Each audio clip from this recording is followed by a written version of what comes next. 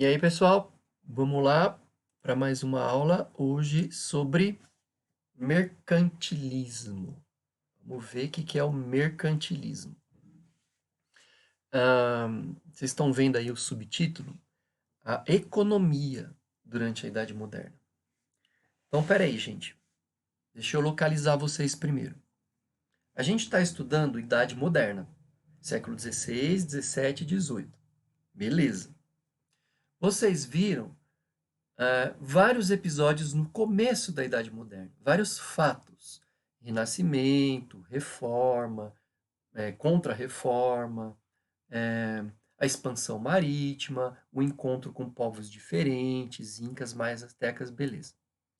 Aí a gente deu uma volta lá para ver povos africanos, povos da América, mas e a América? E a Europa? Volta para a Europa.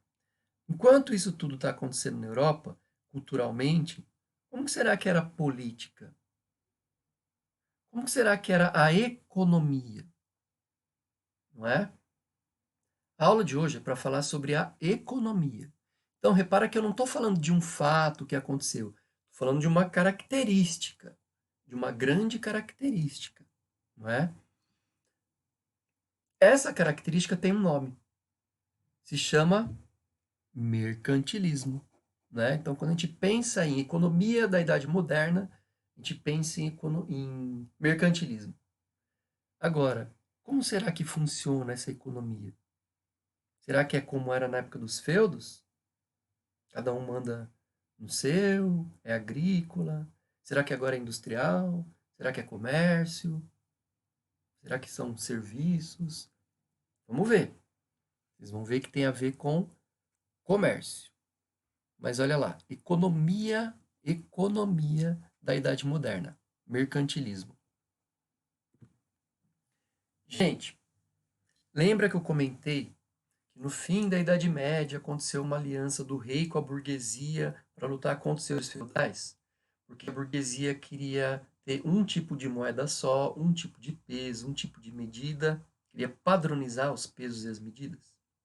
E a burguesia queria principalmente não ficar pagando vários impostos para vários senhores feudais. Ela queria pagar um imposto só para o rei. Os vários burgueses pagavam um imposto só para o rei, não é? Eles fizeram essa aliança, derrotaram os senhores feudais com o tempo, claro. Acabou o feudalismo, acabou a Idade Média, entra para a Idade Moderna.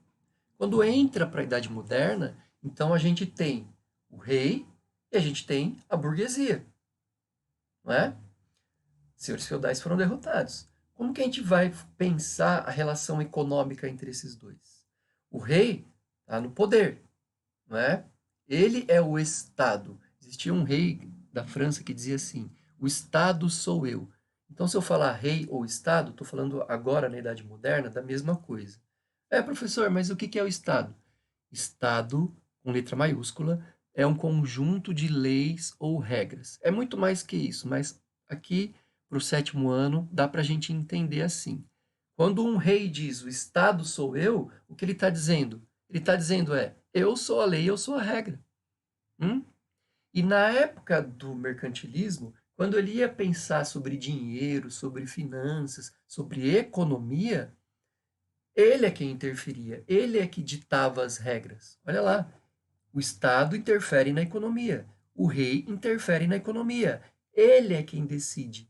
Ele decide quais são os preços, mais barato, mais caro. Ele decide qual mercadoria deve ser produzida ou não, né?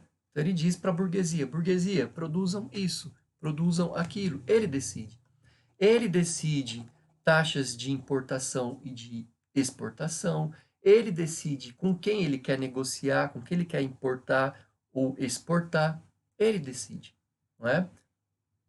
Ah, algumas obras de arte representam os reis da Idade Moderna como reis sisudos, preocupados o dia inteiro, né? Com várias questões. Entre essas questões, a questão econômica, não é? Ele decide, ele centraliza as decisões para si, né? Então, o rei, que é o Estado, decide e a burguesia segue as regras do que o rei falou, segue as regras do que o Estado disse. A burguesia produz aquilo que o Estado quer. Essa é uma característica. No mercantilismo, olha lá, característica do mercantilismo, que é a nossa aula. O rei interfere e a burguesia segue a regra do Estado, segue a regra do rei. Algumas características que eram pensadas pelos reis, pelo Estado mercantilista: metalismo, balança comercial favorável, protecionismo alfandegário e exploração de colônias e pacto colonial. A gente vai ver nessa aula de hoje cada uma dessas características. Vamos lá, olha só, bem simples. Metalismo. A primeira regra é a regra principal do mercantilismo. Então, o mercantilismo tem regras. A primeira regra, metalismo. A palavra metalismo vem de metal, né? Olha a imagem que eu selecionei aí. E olha a regra como ela é muito simples e óbvia. Quanto mais metal precioso acumulado por um país, mais rico é esse país. Não é uma coisa bem óbvia? Então, cada país vai lutar para tentar aumentar os estoques de ouro, de prata, de pedras preciosas, não é?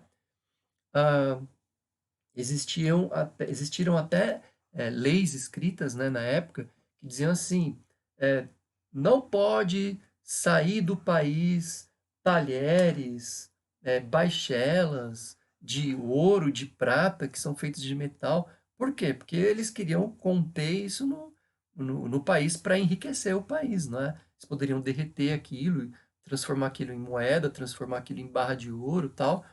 Lembrando que naquela época as moedas que circulavam, elas eram de fato de ouro e de prata, diferente de hoje, né?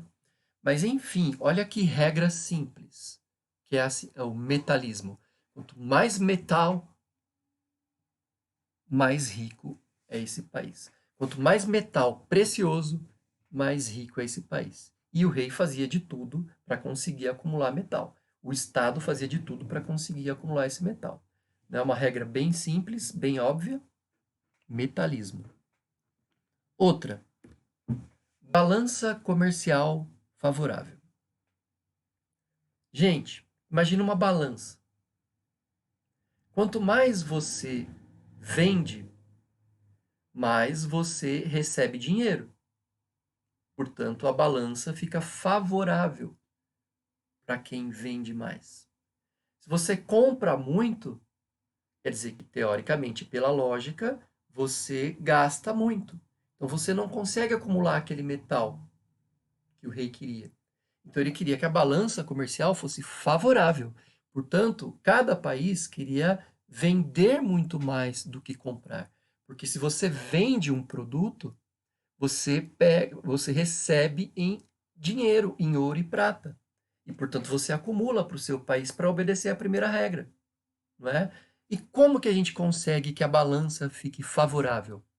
Exportando. Quando eu falo em comprar e vender por outro, imagina que tem um país que quer vender para outro país, não é? Isso a gente chama de exportação. Quando você exporta mais, você vende mais. Quando você vende, você troca por ouro e prata, por metal. Então, quando que a balança comercial ela é favorável? Quando você exporta. Qual é a regra principal da balança comercial favorável? Quando a exportação é maior do que a importação. Essa é a regra. Exportação, em uma palavra, exportar, né? Vender mais do que comprar, para que você consiga acumular metal e fazer a primeira regra do metalismo valer. Faz sentido? Muito simples. Quando você vende mais, você acumula mais metal. Você consegue fazer com que a sua balança fique favorável. E aí seu estado fique forte, seu país fique forte, né? Próxima regra, além dessa da balança comercial favorável. Protecionismo alfandegário. Bom, palavrinha estranha, né?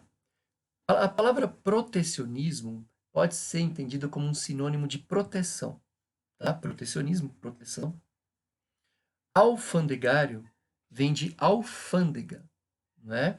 Alfândega é um local em que acontecem trocas comerciais, trocas de moedas, não é? Você quer trocar a moeda X pela moeda Y, então você vai numa alfândega e, e faz esse tipo de troca. Ou onde acontecem negociações de exportação, importação, taxas, não é? Impostos, enfim.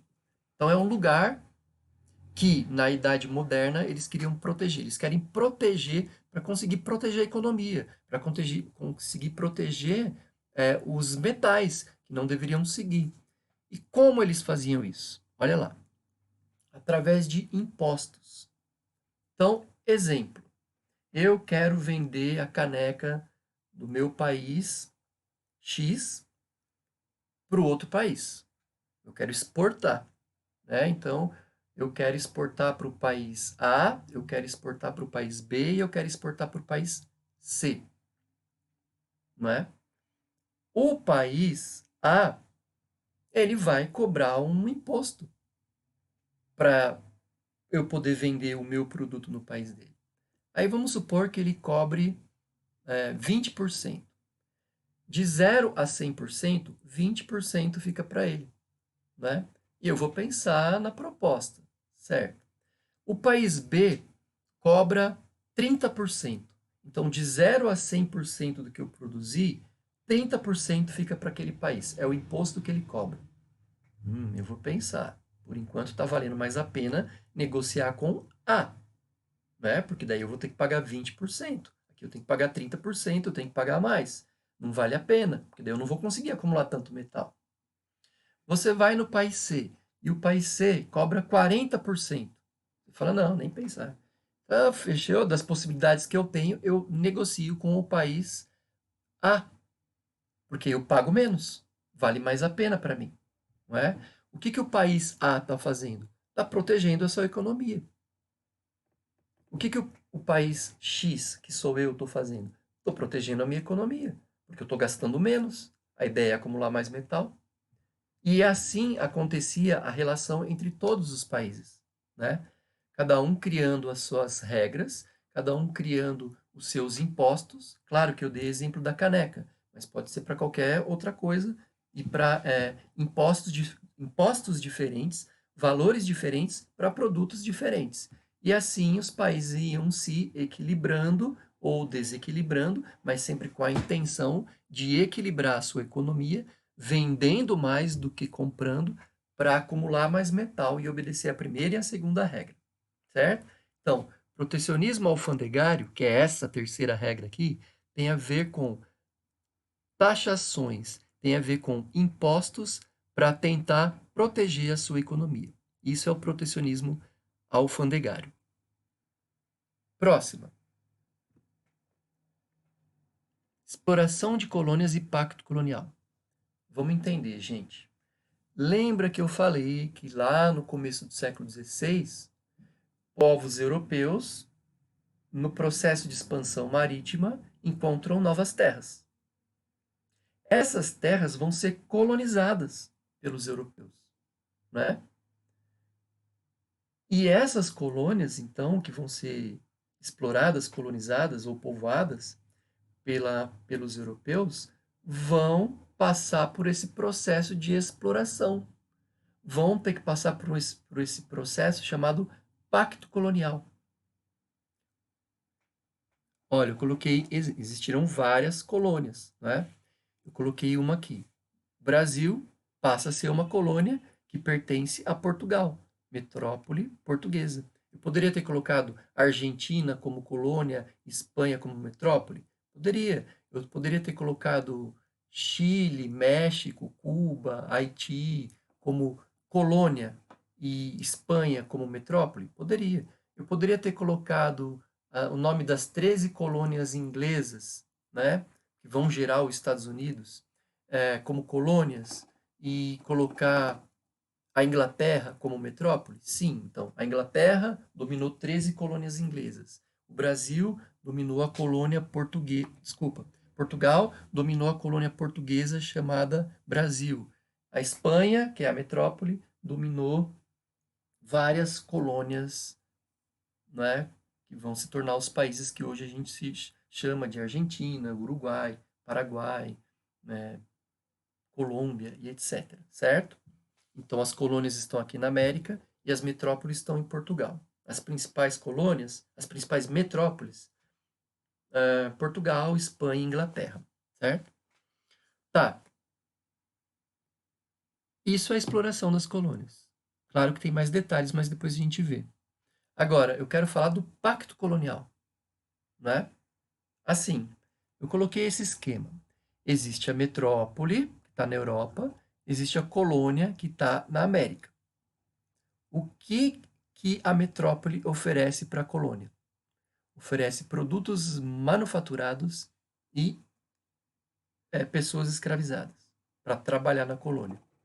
E o que a colônia tem que oferecer? Matéria-prima e produto tropical e metal precioso, se tiver.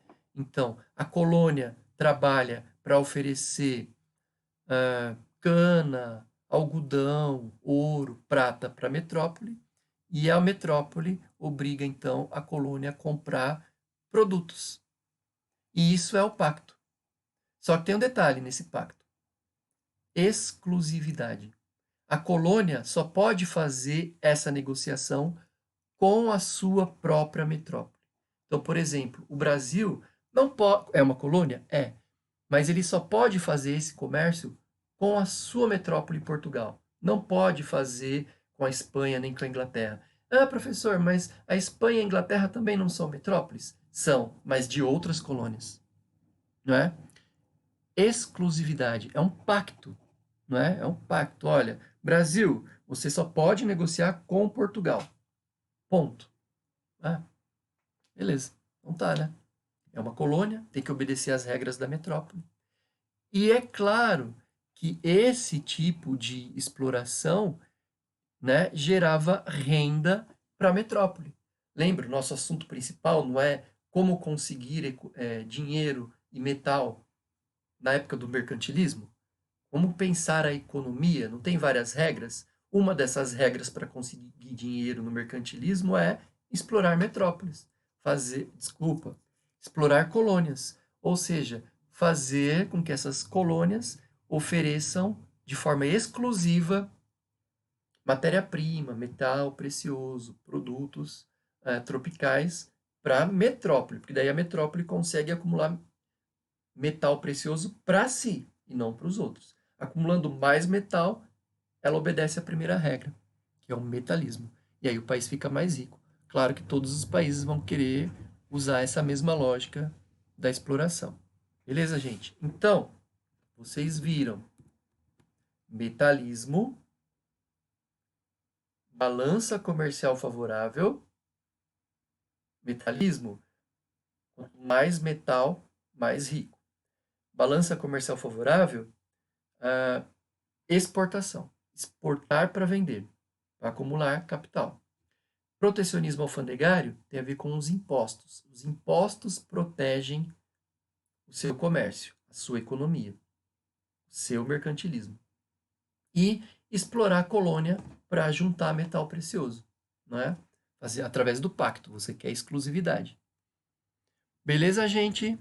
Então, é mais ou menos isso em relação a essa grande característica da economia durante toda a Idade Moderna. Todos os países vão seguir essas regrinhas para conseguir acumular mais metal. Alguns vão conseguir mais, outros vão conseguir menos. Tudo bem? Mas é isso o mercantilismo e quando a gente pensa em economia na Idade Moderna. Valeu? Até a próxima. Tchau.